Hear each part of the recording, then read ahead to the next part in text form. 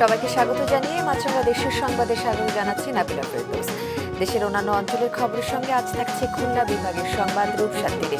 শুরুতেই guardian life insurance সংবাদ শিরোনাম।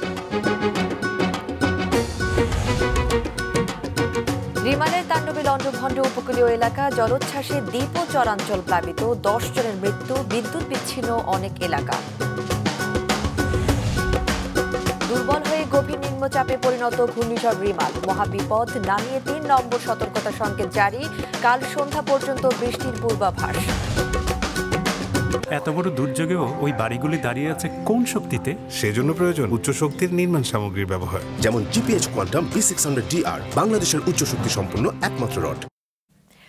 ঘূর্ণিঝড় রিমালের তাণ্ডবে দেশের উপকূলীয় অনেক এলাকা লন্ডভন্ড হয়েছে। খুলনা, বরিশাল, সাতক্ষীরা, ভোলা ও পটুয়াখালীতে এ পর্যন্ত 10 জনের মৃত্যুর সংবাদ পাওয়া গেছে। বেশ কয়েকটি জেলায় বিদ্যুৎ সরবরাহ বন্ধ রয়েছে। ভারী বৃষ্টি আর জোয়ারের পানিতে প্লাবিত হয়ে পড়েছে দক্ষিণাঞ্চলের জেলাগুলোর নিচু এলাকা। প্রতিনিধিদের পাঠানো তথ্য ও ছবি নিয়ে ডেস্ক রিপোর্ট। ঘূর্ণিঝড় রিমালের প্রভাবে নোয়াখালীতে ঝড়ো হওয়ার সাথে মাঝারি থেকে ভারী বৃষ্টি হচ্ছে। রোববার দুপুর থেকে মেঘনা নদীতে পানির উচ্চতা বাড়ার কারণে হাতিয়ার, হরণী, চানন্দি, নলচিরা, সুখচর, সোনাদিয়া, চরকিং সহ বিভিন্ন ইউনিয়নে নিচু এলাকা, নিঝুমদ্বীপ ইউনিয়নের 9টি ওয়ার্ড ও মেঘনা তীরবর্তী বেড়িবাঁধের বাইরের বাড়িঘর পানিতে প্লাবিত হয়েছে। নিঝুমদ্বীপ ও হাতিয়ায় পানিবন্দী হয়ে পড়েছে অর্ধলক্ষাধিক মানুষ। হাতিয়ার নিঝুমদ্বীপের অবস্থা খুব খারাপ, মানে বেরি ভেঙে গেছে, পানি ঢুকে রাস্তাঘাট অনেক ডুবে গেছে, অনেক ব্রিজ ভেঙে গেছে। জোয়ারের পানিতে অনেক পুকুরের মাছ ভাসি গেছে, অনেক গরু ছাগল গাছ গোছা পুড়ি নষ্ট হয়েছে, ঘরদুয়ার নষ্ট হয়েছে। বিদ্যুৎ নাই, আজকে 3 দিন নেই বিদ্যুৎ, আজকে 3 দিনই নেই, আজকে 3 দিন বিদ্যুৎ নেই। বিদ্যুৎও আমরা খুব কষ্টে আছি। ঝড়ে ভেঙে গেছে কয়েকশো কাঁচা ঘর, দোকানপাট ও গাছপালা। জোয়ারের পানিতে ভেসে গেছে নিঝুমদ্বীপের 7 শতাধিক মাছের ঘের। ভারী বৃষ্টিতে গ্রীষ্মকালীন সবজি ক্ষেতের ব্যাপক ক্ষতি হয়েছে। বিদ্যুতের খুঁটি উপড়ে পড়ায় জেলার 9টি উপজেলায় বেশিরভাগ এলাকা বিদ্যুৎহীন হয়ে পড়েছে। ভোলার লালমোহন উপজেলার পশ্চিমচর উমেদ ইউনিয়নের 7 নম্বর ওয়ার্ডে ঘর চাপা পড়ে এক নারী ও দৌলতখান উপজেলার পৌরসভার 2 নম্বর ওয়ার্ডের 3 বছরের এক শিশু মারা গেছে। ঢালচর ও কুকরিমুকরিতে জলোচ্ছ্বাসে প্লাবিত হয়ে ভেঙে গেছে বহু ঘর। মনপুরায় পানি উন্নয়ন বোর্ডের বেড়িবাঁধের বিভিন্ন পয়েন্ট ভেঙে প্লাবিত হয়েছে বিস্তীর্ণ এলাকা। বিদ্যুতে বিচ্ছিন্ন হয়ে পড়েছে পুরো জেলা। জেলা প্রশাসনের পক্ষ থেকে এবং দুর্যোগ ব্যবস্থাপনা কমিটির পক্ষ থেকে মূলত এই ক্ষতি যাতে কাটিয়ে ওঠা যায় সেটার প্রাক্কলন কার্যক্রম শুরু করেছি। পটুয়াখালীর গলাচিপার পানপট্টি, রাঙাবালির চরমন্তাজ, আন্ডারচর, দুমকি উপজেলার আঙ্গারিয়া, মির্জাগঞ্জের চিত্রাকাঠি, রায়পুর সদরের সারিতালি, কলাপাড়ায় নিজামপুর, দেবপুর এলাকার বাঁধ ভেঙে গ্রামের পর গ্রাম প্লাবিত হয়েছে। প্রায় 20,000 পরিবার পানিবন্দী। ফসলের মাঠ, মাছের ঘের ডুবে গেছে। জেলার বাউফলে গাছ চাপায় মারা গেছে 2 জন। বিভিন্ন এলাকায় রাস্তাঘাটে পানি ওঠায় যোগাযোগ ব্যবস্থা বিচ্ছিন্ন হয়ে গেছে। পুরো জেলায় বিদ্যুৎ সরবরাহ বন্ধ। সাতক্ষীরা উপকূল এলাকায় ব্যাপক তাণ্ডব চালিয়েছে ঘূর্ণিঝড় রিমাল। জেলার দুর্যোগ ব্যবস্থাপনা কন্ট্রোল রুমের তথ্য মতে এখন পর্যন্ত 40,000 মানুষ আশ্রয়কেন্দ্রে রয়েছে। ক্ষতিগ্রস্ত হয়েছে প্রায় 800 ঘরবাড়ি। মোংলায় ভারী বৃষ্টি আর জোয়ারের পানিতে ডুবে গেছে 5,000-এরও বেশি চিংড়ির ঘের। ভোরে ঘূর্ণিঝড়ের মূল অংশ ওই এলাকা অতিক্রম করলেও এখনও বৃষ্টি হচ্ছে। চিলা, জয়মনি, কানাইনগর, বুড়িরডাঙ্গা সহ বিভিন্ন এলাকায় বাঁধ ভেঙে যাওয়ায় উপজেলার 6টি ইউনিয়ন সহ পৌর এলাকা পানিতে ডুবে গেছে। প্লাবিত হয়েছে পুরো সুন্দরবন। দুবলার চরসহ বন বিভাগের বিভিন্ন স্টেশন ও টহল ফাঁড়ি এবং পল্টুন ও জেটি ক্ষতিগ্রস্ত হয়েছে। এখনও বন্ধ মোংলা বন্দরের কার্যক্রম। রিমালের প্রভাবে ক্ষতিগ্রস্ত খুলনার কয়রা, দাকব, বটিয়াঘাটা ও পাইকগাছার বিভিন্ন এলাকা। বটিয়াঘাটায় গাছ চাপায় 1 জনের মৃত্যু হয়েছে। বেড়িবাঁধের 36টি পয়েন্টে ধস দেখা দেয় চরম ঝুঁকিতে 4 কিলোমিটার এলাকা। আশ্রয়কেন্দ্রে ঠাঁই নিয়েছে 1,63,000 মানুষ। জলোচ্ছ্বাসে ভেসে গেছে 20,000 মাছের ঘের। 10টা ইউনিয়নেই বাঁধে আমাদের ফাটল প্লাস বাঁধের পানি ওভারফ্লো হচ্ছে। কি পরিমাণ মানুষ ক্ষতিগ্রস্ত হতে পারে? কি পরিমাণ মানুষ ক্ষতিগ্রস্ত হচ্ছে এর একটা আমরা আনুমানিক যেটা করেছি প্রায় 1.5 লক্ষের উপরে আমাদের আনুমানিক একটা দুর্গত মানুষের আমরা অ্যাজাম্পশন করছি। বৈরী আবহাওয়ায় বন্ধ রয়েছে দৌলতদিয়া পাটুরিয়া নৌ রুটে ফেরি ও লঞ্চ চলাচল। বিআইডব্লিউটিসি জানায় আবহাওয়া স্বাভাবিক না হওয়া পর্যন্ত সব ধরনের নৌযান চলাচল বন্ধ থাকবে। রওশন জাহান মিষ্টি, মাছরাঙ্গা নিউজ ডেস্ক।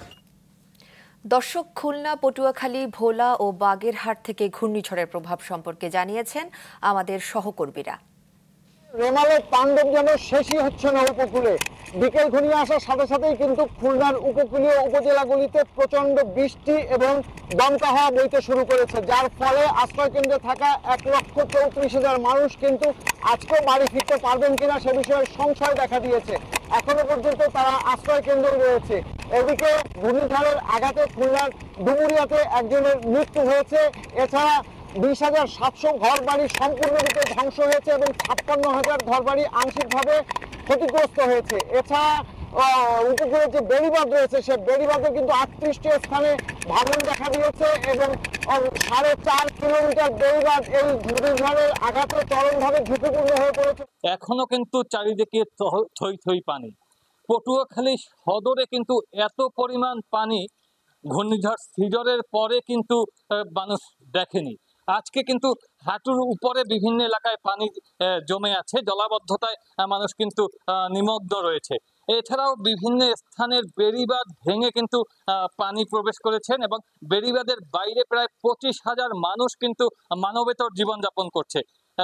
আমাদেরকে ত্রাণ ও পুনর্বাসন কর্মকর্তা যেটি জানিয়েছে যে ঘূর্ণিঝড় রিমালের তাণ্ডবে কিন্তু প্রায় 3,500 বাড়িঘর বিধ্বস্ত হয়েছে এবং অসংখ্য গাছপালা কিন্তু পড়ে গেছে। উপকূলীয় দ্বীপ জেলা ভোলায় ঘূর্ণিঝড় রেমালের যে প্রভাব তা এখনও রয়েছে। আর সকাল থেকে শুরু করে এখন বিকেল গড়িয়ে এলেও এখনও দমকা বাতাস এবং হালকা থেকে মাঝারি বৃষ্টি হচ্ছে। ভোলার চরপেশন, ঢালচর, কুকুরমুখী, মনপুরা সব বিভিন্ন চরাঞ্চলে এখনও প্লাবিত অবস্থায় রয়েছে। আমি কিছুক্ষণ আগে কথা বলেছি ভোলা জেলা প্রশাসনের কন্ট্রোল রুমে, সেখানে কর্মকর্তা জানিয়েছেন ভোলার 60টি ইউনিয়নের 2,23,000 মানুষ এই ঘূর্ণিঝড়ে আক্রান্ত হয়েছে। এর ভিতরে প্রায় 7,500 বেশি ঘর বাড়ি বিধ্বস্ত অবস্থায় রয়েছে। এছাড়াও গতকাল রাত থেকে এ পর্যন্ত ভোলায় 3 জনের প্রাণহানি হয়েছে। উপকূলে বিশেষ করে শরণখোলা, মোড়লগঞ্জ, মোংলার উপকূলে প্রায় 75,000-এর বেশি মানুষ আশ্রয় কেন্দ্রে কিন্তু তারা আশ্রয় নিয়েছিল। রাতের জোয়ারে কিন্তু শরণখোলা, মোড়লগঞ্জ, মোংলা, বাগেরহাটের উপকূলীয় এলাকায় বিভিন্ন যে বেড়িবাঁধ ছিল সেটি কোথাও কোথাও ভেঙে এবং উপচে পানি প্রবেশ করায় এখন কয়েক লক্ষ মানুষ জলমগ্ন অবস্থায় দিন যাপন করছে। আমি সুন্দরবন পূর্ব বন বিভাগের ডিএফওর সঙ্গে কথা বলেছি, তিনি আমাদেরকে জানিয়েছেন গতকাল সন্ধ্যায় যখন সুন্দরবনে প্রথম দিকে ঘূর্ণিঝড়টি আঘাত আনে তখনই কিন্তু দুর্বাচরের যে জেটি ছিল সেটি কিন্তু ভেসে যায়। পাশাপাশি সুন্দরবনের অভ্যন্তরে যে পুকুর ছিল খনন করা বন্যপ্রাণীর জন্য, সেগুলি কিন্তু জলমগ্ন হয়ে পড়ে। ঘূর্ণিঝড় রিমাল দুর্বল হয়ে বাংলাদেশ অতিক্রম করছে। এর ফলে দেশের বিস্তীর্ণ এলাকায় আগামীকাল সন্ধ্যা পর্যন্ত থেমে থেমে বৃষ্টি ও ভারী বর্ষণ হবে জানিয়েছে আবহাওয়া অফিস। ঘূর্ণিঝড় রিমালের মূল কেন্দ্র উপকূলে আঘাত হানে রাত 12টা থেকে 1টার মধ্যে। আবহাওয়া অফিস জানিয়েছে ঘূর্ণিঝড়ের প্রভাবে ঢাকায় ভোর 6টা পর্যন্ত 35 মিলিমিটারের বৃষ্টি রেকর্ড করা হয়েছে। চট্টগ্রাম সর্বোচ্চ 203 মিলিমিটার বৃষ্টি রেকর্ড করা হয়েছে। রিমাল দুর্বল হয়ে পড়ায় পায়রা ও মোংলা সমুদ্র বন্দরকে 10 নম্বর নামিয়ে 3 নম্বর এবং কক্সবাজার এবং চট্টগ্রামকে 9 নম্বর নামিয়ে 3 নম্বর স্থানীয় সতর্ক সংকেত দেখিয়ে যেতে বলা হয়েছে। উত্তর বঙ্গোপসাগরে অবস্থানরত মাছ ধরার নৌকা ও ট্রলার সমূহকে আগামীকাল সকাল পর্যন্ত নিরাপদ আশ্রয়ে থাকতে বলা হয়েছে। আবহাওয়া অফিস বলছে দেশের সবচেয়ে বেশি বৃষ্টিপাত হয়েছে চট্টগ্রামে। ঘূর্ণিঝড়ের প্রভাবে টানা বৃষ্টিতে চট্টগ্রাম নগরীতে সৃষ্টি হয়েছে ভয়াবহ জলাবদ্ধতা। ডুবে গেছে নগরীর নিচু এলাকাগুলো। চরম দুর্ভোগে বন্দর নগরীর মানুষ। এ নিয়ে নাজমুস সাদিকের রিপোর্ট। ক্যামেরার সাথে ছিলেন সঞ্জীব দে। ঘূর্ণিঝড়ের প্রভাবে রাত থেকে শুরু হয় বৃষ্টি। সকাল থেকে বৃষ্টি কিছুটা কমে থেমে থেমে হালকা থেকে মাঝারি বৃষ্টিপাত হলেও এতেই ডুবে যায় চট্টগ্রাম নগরীর মুরাদপুর, বহদ্দারহাট, বাদুরতলা, হালিশহর ও বাকুলিয়া সহ সব নিচু এলাকা। হাঁটু থেকে কোমর পানিতে দুর্ভোগে নগরবাসী। আমার ভাই মেডিকেল আমি কিন্তু হেঁটে হেঁটে আসছি, বহদ্দার থেকে আমি হেঁটে হেঁটে আসছি। এখন এখানে ডুবে গেছে, পুরোটাই ডুবে গেছে। পাঁচলাইশ, সানগা, চকবাজার, আপনার ওই বলিয়াট সব জায়গায় ডুবা। রাস্তায় পানি, নালায় পানি, চারিদিক দিয়ে ডুবা। কি করা, কি করব, এখন কি করব, কোনো উপায় নাই। রিক্সাতে 300-400 টাকা ভাড়া দিতেছে। আমাদের জলাবদ্ধতা লাগু আর হবে না আর কি, আমাদের কপালে যা আছে তাই চট্টগ্রামবাসীর। দোকানপাটেও প্রবেশ করেছে পানি, নষ্ট হয়ে গেছে অনেক মালামাল। তেল তুল যা আছে সব পড়ে গেছে, প্রথম ধাক্কায় সব চলে গেছে, কিছু ধরে রাখতে পারিনি, এই অবস্থা পানি উঠছে। আমার তো সবই শেষ, আমার তো এখানে কমের মধ্যে 50 লক্ষ টাকার মাল মানে স্ক্র্যাপ হয়ে গেছে। এমন জলাবদ্ধতার জন্য সিডিএ, সিটি কর্পোরেশন সহ সেবা সংস্থাগুলোকে দুষছেন নগরবাসী। খাল নালা পানি যাওয়ার উপযুক্তভাবে প্রস্তুত না রাখায় এই জলাবদ্ধতা বলছেন তারা। এরকম পানি আর কোনো সময় হয় না, এই জলাবদ্ধতার কারণে নালাগুলো পরিষ্কার করতেছে না, ড্রেনগুলা। এই অবস্থায় আমাদের এখানে পানি যাওয়া বেশি হইতেছে। এটা সিটি কর্পোরেশন এই পর্যন্ত আমাদের এখানে কোনো খোঁজখবর নেয় নাই নালার উদ্যোগে। গাড়ি একটা আনি ফেলা লাগছে, 1 সপ্তাহ হয়ে গেছে, এখনো ড্রেনের কাজ করতেছে না। সিডিএ বলেন আর কি বলে সিটি কর্পোরেশন বলেন, এদের টানাটানি দিতে আজকে আমাদের জনগণের এই অবস্থা। এরা চাইলে তো আরো অনেক কিছু উন্নতি করতে পারতো, আমাদের উপরে যেরকম করছে নিচে তার চাইতে আর বেশি করতে পারতো। ড্রেনের কাজ হইতেছে কিন্তু পানি যাচ্ছে না কেন, এটার ব্যাপারে জানি না কি সিটি কর্পোরেশন বা ওই সিডিএ কি পদক্ষেপ নিয়ে যায় না, কিন্তু চিটে কোনো পানি নিষ্কাশনের কোনো সমাধান হয়নি এখনো। অন্যদিকে অধিক বৃষ্টিতে পাহাড় ধসের শঙ্কার কথা জানিয়ে ঝুঁকিপূর্ণভাবে পাহাড়ের পাদদেশে বসবাসকারীদের নিরাপদ স্থানে সরে যেতে বলা হয়েছে। নাজমুল সাদিকি, মাছরাঙা সংবাদ, চট্টগ্রাম। দর্শক, চট্টগ্রাম থেকে জলাবদ্ধতার সবশেষ খবর একটু আগে জানিয়েছেন স্টাফ রিপোর্টার নাজমুল সাদিকি। যে দুর্ভোগ তা বন্যাত্রী। চট্টগ্রামে এই মুহূর্তে এমন কোনো জায়গা নেই যেখানে আসলে পানি নেই, এমন অবস্থা। আমি এখন দাঁড়িয়ে আছি মুরাদপুরের মোহাম্মদপুর এলাকার সামনের জায়গাটিতে, সড়কের উপরেই হাঁটু পরিমাণ পানি দেখাই যাচ্ছে, এবং ঠিক পেছনে একটু তাকাই, যত দূর দেখা যাবে শুধু পানি আর পানি। খালও মনে করতে পারে, নালাও মনে করতে পারে, এবং একটু সামনে গেলে কিন্তু আরও পানি, কোমর সমান পানি, এরকম দুর্ভোগের অবস্থা। এবং গাড়ি যানবাহনগুলো যেগুলো রয়েছে সবগুলো কিন্তু থমকে আছে পুরো। বড় গাড়ি যেগুলো তারা চেষ্টা করেছিল এই পানির মধ্যে আগাবে, কিন্তু শেষ পর্যন্ত পানির মধ্যে যখন গাড়ির ভিতরে পানি ঢুকে যাচ্ছিল তখন তারা দাঁড়াতে বাধ্য হয়েছে, এবং পুরোটা রাস্তা কিন্তু একদম থমকে আছে, মানুষজন কোথাও যাওয়ার জায়গা নেই, এরকম অবস্থা। এবং পানি যে নামবে এমনও কোনো সম্ভাবনা এই মুহূর্তে বলা যাচ্ছে না, কারণ বৃষ্টি কিন্তু থামেনি। চট্টগ্রামে বৃষ্টি থামলে হয়তো খুব দ্রুতই পানি নেমে যাওয়ায় আমরা দেখেছি, কিন্তু যেহেতু থেমে থেমে বৃষ্টি হচ্ছে, কখনো গুড়ি গুড়ি বৃষ্টি, কখনো ভারী বৃষ্টি, দুটোই হচ্ছে। বৃষ্টি যেহেতু থামছে না, সেই সাথে জোয়ার রয়েছে সাগরের, সে কারণে এই জলাবদ্ধতার যে দুর্ভোগ সেটি থেকে কখন মুক্তি মিলবে সেটাও আসলে জানা নেই। ঝিনাইদহ 4 আসনের এমপি আনোয়ারুল আজিম আনার হত্যার ঘটনা তদন্তে কলকাতায় অবস্থান করছেন বাংলাদেশ পুলিশের গোয়েন্দা শাখার একটি দল। সেখানকার অভিজাত এলাকা নিউ টাউনের যে বাড়িতে তিনি হত্যার শিকার হন সেই সঞ্জীভা গার্ডেন্সে সকালে গেছে দলটি। 3 সদস্যের গোয়েন্দা প্রতিনিধি দলের পাশাপাশি কলকাতায় বাংলাদেশ উপকমিশনের কাউন্সিলর আলমাস হোসেনও ঘটনাস্থলে রয়েছেন। এর আগে গতকাল ডিবির তদন্তকারী দলটি বাংলাদেশের উপদূতাবাসের কর্মকর্তাদের নিয়ে নিউ টাউন থানায় যান। থানার ভারপ্রাপ্ত কর্মকর্তা কল্লোল কুমার ঘোষের সঙ্গে কথা বলেন তারা। সেখান থেকে সঞ্জীভা গার্ডেন্স হয়ে রাজ্য পুলিশের সদর দপ্তর ভবানী ভবনেও যায় গোয়েন্দা দলটি। পুলিশ সূত্রে জানা গেছে, ভবানী ভবনে গ্রেফতার রয়েছেন হত্যা মামলার অন্যতম আসামি জিহাদ হাওলাদার। এবার খুলনা বিভাগের সংবাদ রূপসার তীরে।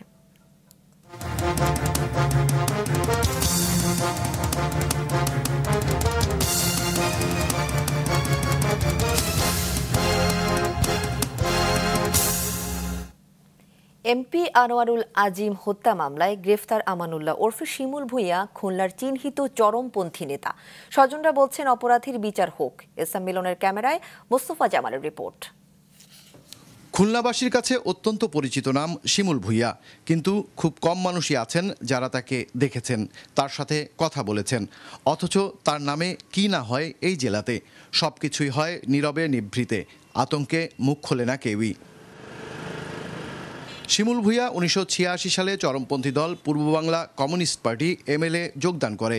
1991 সালে তাকে খুলনার পার্টির সদস্য করা হয়। ওই বছরই শিমুল ডুমুরিয়ার ইমরান গাজীকে হত্যা করে। এই মামলায় তার যাবজ্জীবন কারাদণ্ড হয়। 1998 সালের 18ই আগস্ট ফুলতলা উপজেলা পরিষদের ইউএনের কক্ষে চেয়ারম্যান সর্দার আবুল কাশেমকে সে গুলি করে হত্যা করে। 1999 সালের 20 মে রাতে পার্টির সদস্য গণেশকেও খুন করে শিমুল। এসব হত্যাকাণ্ডে তার সাথে জড়িয়ে পড়ে তার কয়েক ভাইয়ের নাম, তাই তার কর্মকাণ্ডে বিব্রত তারা। মনে করেন যে ভাই এটা খারাপ হলে কষ্ট লাগে, যেরকম একটা কাজ যে করেছে এটা আমরা ঘৃণা করতেছি। যেরকম একটা কাজ যদি করে থাকে আল্লাহ তার শাস্তি দিক, তার বিচারক। শিমুলের সন্ত্রাসী কর্মকাণ্ডে কয়েক বছর জেল খেটেছেন তার ছোট ভাই, বর্তমান দামোদর ইউনিয়ন পরিষদের চেয়ারম্যান শিপলু।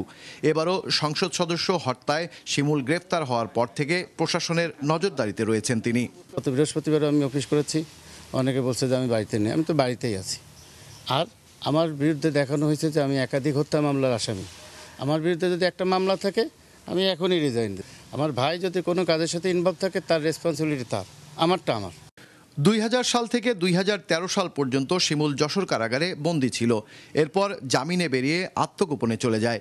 তার নেতৃত্বে 2010 সালের 16ই আগস্ট দামোদর ইউপি চেয়ারম্যান আবু সাইদ বাদলকে ও 2017 সালের 25 মে ফুলতলা উপজেলা পরিষদের সাবেক চেয়ারম্যান সর্দার আলাউদ্দিন মিঠুকে হত্যা করা হয়। এভাবে সর্দার পরিবারের পিতা ও 2 ভাইকে হত্যা করা হলেও ধরাছোঁয়ার বাইরে চরমপন্থী নেতা শিমুল। অভিযোগ ভুক্তভোগী পরিবারের এক সদস্যের। কেউ কোনো কথা কয় না, তার উপরে এমপিও কথা কয় না, উপজেলা চেয়ারম্যানও না, আর চেয়ারম্যানের মতো সে বানায়, তার কী কথা করবে? তার লোকজন সব কিন্তু এলাকায় আসে। আমরা চাই এই অস্ত্র উদ্ধার অভিযানটা চলুক। তার যে অস্ত্র আছে এটা তো সবাই জানে, সে যে তার যে ক্রাইম হিস্ট্রি কিন্তু বোঝা যায়। এই অস্ত্র উদ্ধার অভিযানটা আমি দৌড় দাবি জানাই। শীর্ষ চরমপন্থী নেতা শিমুলের বিরুদ্ধে 5টি হত্যাসহ কয়েক ডজন মামলা রয়েছে। তবে এ বিষয়ে ক্যামেরার সামনে কথা বলছে না প্রশাসন। 60-এর দশকে খুলনাসহ দক্ষিণাঞ্চলের জেলাগুলিতে চরমপন্থীদের উত্থান ঘটে। সেই থেকে এই অঞ্চল পরিণত হয় চরমপন্থীদের ত্রাসের রাজত্বে। কিন্তু বিগত কয়েক বছর চরমপন্থীদের তৎপরতা চোখে না পড়লেও সাম্প্রতিক সময়ে ঝিনাইদহের সংসদ সদস্য হত্যাকাণ্ডে চরমপন্থীদের নাম জড়িয়ে পড়ায় এলাকায় আবারও আতঙ্ক ছড়িয়েছে যে চরমপন্থীদের নেটওয়ার্ক কি সক্রিয় হচ্ছে, আবারও কি আতঙ্কের জনপদে পরিণত হবে খুলনাসহ দক্ষিণাঞ্চল। মোস্তফা জামাল, মাছরাঙা সংবাদ, ফুলতলা, খুলনা। বান্দরবানে যৌথ বাহিনীর অভিযানে গ্রেফতার হয়েছে কেএনএফ এর আরও 3 সন্দেহভাজন সদস্য। গতকাল বিকালে জেলার রুয়াংছড়ি সদর থেকে জোহান বম, লাল হোম লিয়ন বম ও লাল রাম লিয়ান বমকে গ্রেফতার করে যৌথ বাহিনী। 3 জনকে আজ দুপুরে রুয়াংছড়ি সদর থেকে নিয়ে জেলা চিফ জুডিশিয়াল ম্যাজিস্ট্রেট আদালতে হাজির করা হয়। পরে তাদেরকে জেল হাজতে পাঠানোর নির্দেশ দেন আদালতের বিচারক সিনিয়র জুডিশিয়াল ম্যাজিস্ট্রেট মাইসুমা সুলতানা। চলমান এই অভিযানে এ পর্যন্ত কেএনএফ এর 90 সদস্য ও সহযোগীকে গ্রেফতার করেছে যৌথ বাহিনী। যশোরে পৃথক সড়ক দুর্ঘটনায় নিহত হয়েছে 3 জন। দুপুরে চট্টগ্রাম থেকে সাতক্ষীরার কালীগঞ্জগামী সেন্ট মার্টিন পরিবহনের যাত্রীবাহী বাস নিয়ন্ত্রণ হারিয়ে রাস্তার পাশে খাদে পড়ে যায়। এ সময় ঘটনাস্থলেই নিহত হয় বাসের হেলপার ও বাসের এক যাত্রী। এর আগে সকালে জেলার শহরতলির ঝুমঝুমপুর বিজিবি হেডকোয়ার্টারের সামনে কারভার্ড ভ্যানের ধাক্কায় নিহত হন এক পথচারী। এদিকে নারায়ণগঞ্জের সোনারগাঁওয়ে রোগীবাহী অ্যাম্বুলেন্স নিয়ন্ত্রণ হারিয়ে রাস্তার পাশে খাদে পড়ে গেলে মৃত্যু হয় একজনের। নোয়াখালী সোনাইমুড়ির বজরা ইউনিয়নে ট্রেনে কাটা পড়ে মারা যান একজন। সম্প্রতি সাবেক সেনা কর্মকর্তাকে নিয়ে যে প্রতিবেদন প্রকাশ করা হয়েছে তা উদ্দেশ্য প্রণোদিত বলে মন্তব্য করেছেন সেনাপ্রধান জেনারেল এস.এম. শফিউদ্দিন আহমেদ। সকালে গাজীপুরের রাজেন্দ্রপুর সেনানিবাসে Bangladesh institute of peace support operation training বিপসটে অনুষ্ঠিত হয় এশিয়া প্রশান্ত মহাসাগরীয় অঞ্চলের শান্তিরক্ষা অপারেশনের প্রশিক্ষণ সম্পর্কিত আন্তর্জাতিক সংস্থা association of Asia Pacific peace operation training centre AAPTCর 12তম বার্ষিক সাধারণ সভা ও কর্মশালা। এর উদ্বোধনী অনুষ্ঠান শেষে সাংবাদিকদের প্রশ্নের জবাবে তিনি একথা জানান। ঠাকুরগাঁওয়ের রানী সংকৈলে স্বর্ণের পাহাড় নামে পরিচিত এক ইট ভাটার মাটি পুলিশ পাহারায় সরিয়ে নিয়েছে ভাটা মালিক। গতকাল 144 ধারা জারির পর ওই এলাকায় কাউকে প্রবেশ করতে দেয়নি পুলিশ। স্বর্ণ পাওয়ার আশায় দূর দূরান্ত থেকে আজও মাটি খুঁড়তে সেখানে গিয়ে বিফল হয়েছে অনেকে। ঠাকুরগাঁও প্রতিনিধি বদরুল ইসলাম বিপ্লবের পাঠানো তথ্য ছবিতে ডেস্ক রিপোর্ট। স্বর্ণের খোঁজে ঠাকুরগাঁয়ের রানীশঙ্কলের কাতিহার গ্রামের এক ইটভাটার মাটি খোঁড়াখুড়ি নিয়ে গেল কিছুদিন ধরে হুলস্থুল চলছে। আইনশৃঙ্খলা পরিস্থিতির অবনতির আশঙ্কায় গতকাল সেখানে ১৪৪ ধারা জারি করে প্রশাসন। এরপর থেকে স্থানীয়ভাবে স্বর্ণের পাহাড় নামে পরিচিত পাওয়া ইটভাটার মাটির টিভি ঘিরে রাখে আইনশৃঙ্খলা বাহিনী। বন্ধ হয়ে যায় সাধারণ মানুষের মাটি খোঁড়াখুড়ি। ১৪৪ ধারা জারির পর ওই এলাকায় ওড়ানো হয় লাল কাপড়ের নিশানা। ভাটার প্রবেশ মুখে বসানো হয় পুলিশের তল্লাশি চৌকি। এরপর পুলিশ পাহারায় রাস্তা সংলগ্ন মাটির স্তূপ সরিয়ে নেয় ভাটা মালিক। আমরা গত কয়েকদিন সেটা পর্যবেক্ষণ করে দেখি যে প্রচণ্ড পরিমাণ ভিড় হয় এবং একসময় এখানে বলা যাবে হাজার হাজার লোক এখানে জড়ো হতে থাকে। পরবর্তীতে আইন শৃঙ্খলার অবনতি ঘটার ব্যাপক সম্ভাবনা দেখা দেয়। সেই কারণে আমরা গতকাল আমাদের জেলা প্রশাসক স্যারের নির্দেশনায় এখানে ১৪৪ ধারা জারি করেছি, যাতে করে এই এলাকার আইন শৃঙ্খলাটাকে স্বাভাবিক রাখা যায়। আজও দূর দূরান্ত থেকে সেখানে মাটি খুঁড়তে যায় মানুষ। পরে পুলিশের বাধার মুখে ফিরে যায় তারা। অনেকে আবার যায় পরিস্থিতি দেখতে। আমি বোচাগঞ্জ থেকে আসছি প্রথম আজকে, তো আসে দেখেছি পুলিশ মারামারি নাকি বলে কালকে হয়েছে। তো বাজি নিয়ে আমাদের গলিয়া নামে এক ছেলে, ওই ছেলেটা ৩ ভরি ৯ আনা স্বর্ণ পাইছি। সবাই দৌড়াদৌড়া করে যাচ্ছে, আমরাও শুনতে শুনতে আমরাও আছি। আমার ওখানকার লোকে একজন পাইছে। স্থানীয়রা এখনো বিশ্বাস করে সেখান থেকে স্বর্ণ পেয়ে ভাগ্য বদলেছে অনেকে। ঝামেলা এড়াতে মুখ খুলছে না তারা। ১-৮ জন হয়তো পাইছে, কেউ পায়নি। মানুষের সমাগম খুব ছিল। আমি 2 দিন আসছিলাম, পাই নাই, খালি লোকজন দেখে আমি মাথা নষ্ট। প্রায় আর কি এখানে ৩০,০০০ করে লোক। এলাকাবাসী জানায় একসময়ের রাজা টংনাথের বাড়ির বিলুপ্ত মন্দিরের পাশ থেকে ইট তৈরির জন্য এই মাটি নিয়ে আসা হয়। তখনকার জমিদার ও ধনীরা মন্দিরে স্বর্ণালংকার দান করত। গুজব ছড়ায় এই মাটিতে থাকতে পারে স্বর্ণ। মাছরাঙা নিউজ ডেস্ক। ফরিদপুরের সদরপুর উপজেলা নির্বাচনে স্থানীয় সংসদ সদস্য ও তার সমর্থকদের বিরুদ্ধে ভয়, ভীতি ও হুমকি প্রদর্শনের অভিযোগে সংবাদ সম্মেলন করেছেন চেয়ারম্যান প্রার্থী শহীদুল ইসলাম বাবুল। সকালে জেলা প্রেস ক্লাবের সংবাদ সম্মেলনে তিনি অভিযোগ করেন, স্থানীয় সংসদ সদস্য মুজিবুর রহমান চৌধুরী নিক্সনের লোকেরা প্রতিনিয়ত তাদের হুমকি দিচ্ছে। এক্ষেত্রে নির্বাচন কমিশন ও রিটার্নিং কর্মকর্তার হস্তক্ষেপ কামনা করেন চেয়ারম্যান প্রার্থী শহীদুল ইসলাম বাবুল। সংবাদ সম্মেলনে জেলা আওয়ামী লীগের সাধারণ সম্পাদক শাহ মোহাম্মদ ইশতিয়াক আরিফ সহ অন্যরা উপস্থিত ছিলেন। আপনারা ভিডিও ক্লিপের মাধ্যমে ফরিদপুরে একটি ভেজাল গুড় তৈরি কারখানায় অভিযান চালিয়ে এর মালিককে 2 লাখ টাকা অর্থদণ্ড এবং 3 মাসের কারাদণ্ড দিয়েছে ভ্রাম্যমাণ আদালত। গতকাল বিকালে জেলা সদরের মাচ্চর ইউনিয়নের শিবরামপুরের স্বপন কুমার শীলের ভেজাল গুড় তৈরির কারখানায় অভিযান চালানো হয়। এ সময় সেখান থেকে 24,000 কেজি ভেজাল গুড় এবং 3,000 কেজি ফিটকিরি, কাপড়ের রং, কোরিয়ান আঠা, গুড়ের ফ্লেভার, ঘন চিনি সহ বিভিন্ন কেমিক্যাল জব্দ করা হয়। একই সাথে কারখানাটি সিলগালা ও মালামাল বাজেয়াপ্ত করা হয়। মাছরাঙা দেশের সংবাদ শেষ করার আগে গার্ডিয়ান লাইফ ইন্স্যুরেন্স সংবাদ শিরোনামগুলো আরও একবার। রিমালের তাণ্ডবে লন্ডভন্ড উপকূলীয় এলাকা, জলোচ্ছ্বাসে দ্বীপ ও চরাঞ্চল প্লাবিত, 10 জনের মৃত্যু, বিদ্যুৎ বিচ্ছিন্ন অনেক এলাকা। দুর্বল হয়ে গভীর নিম্নচাপে পরিণত ঘূর্ণিঝড় রিমাল, মহাবিপদ নামিয়ে 3 নম্বর সতর্কতা সংকেত জারি, কাল সন্ধ্যা পর্যন্ত বৃষ্টির পূর্বাভাস। এমপি আনার হত্যার তদন্তে কলকাতার নিউ টাউনের সঞ্জীভা গার্ডেন্সে ডিবির দল, খুলনার চরমপন্থী নেতা শিমুল ভূঁইয়ার বিচার চান ভুক্তভোগীরা। এ ছিল এখনকার মতো। ফেসবুকে আপডেট পেতে ভিজিট করুন মাছরাঙা টেলিভিশনের পেজে। ইউটিউব চ্যানেলেও দেখতে পারেন আমাদের সংবাদ প্রতিবেদন ও অনুষ্ঠান। আমাদের পরবর্তী সংবাদ সন্ধ্যা 7টায়। দেখার আমন্ত্রণ।